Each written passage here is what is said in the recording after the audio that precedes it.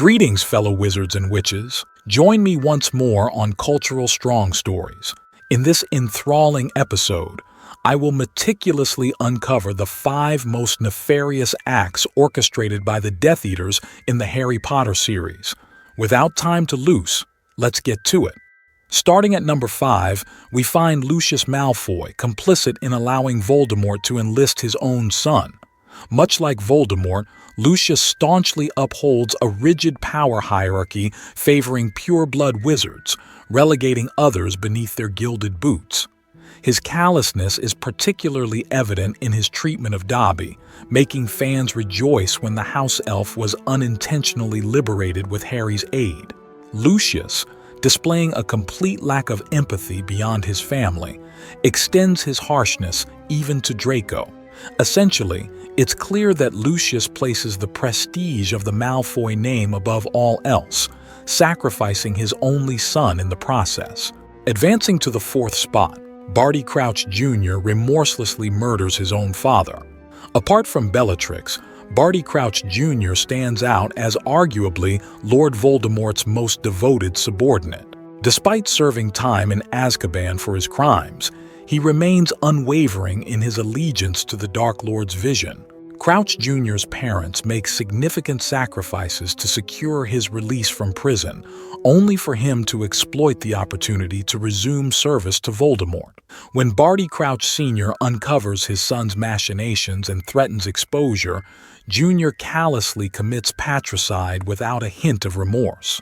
The ability to carry out such an act without a shred of guilt requires a ruthless detachment that surpasses the imagination of most people. Securing the 3rd rank is Bellatrix, reveling in the sadistic pleasure of tormenting and slaying her adversaries. Bellatrix Lestrange epitomizes cruelty, hatred, haughtiness, and intimidation. Her weapon of choice for malevolence is the Cruciatus Curse, a tool she deploys without hesitation against her adversaries. Bellatrix derives pleasure from inflicting pain, emphasizing to Harry that the success of the Crucio Curse hinges on the caster's genuine intent to harm the target. Her malevolence extends to the torture and demise of Frank and Alice Longbottom, leaving Neville as an orphan. Additionally, she bears responsibility for the death of Dobby in the Deathly Hallows. Adding to the list of egregious acts, fans harbor deep resentment towards her for the killing of Sirius Black in the Department of Mysteries. The Battle of Hogwarts would likely have witnessed Voldemort cursing Molly Weasley had Harry not been present to eliminate Bellatrix. Seizing the 2nd place is Snape, who dutifully echoes Sybil Trelawney's prophecy to Voldemort. Ultimately revealed as one of Dumbledore's most steadfast allies, Snape is unmasked as the infamous Half-Blood Prince.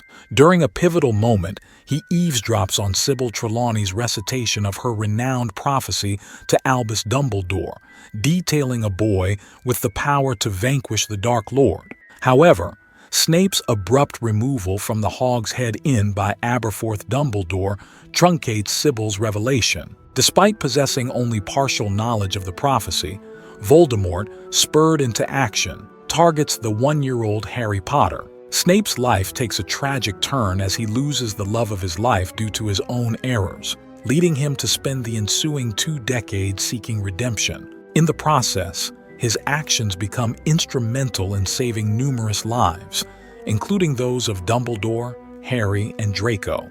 Before unveiling the top position, here's a bonus. Fenrir Greyback inflicts grievous harm and spreads infection among innocent children. In the wizarding world, where werewolves already grapple with severe discrimination, Fenrir Greyback compounds the challenges for his kin. His defiance against societal norms springs from a deep well of hatred and malice, prompting most werewolves to distance themselves from him. Fenrir displays no remorse in unleashing his lycanthropic infection, attacking both children and adults with equal fervor.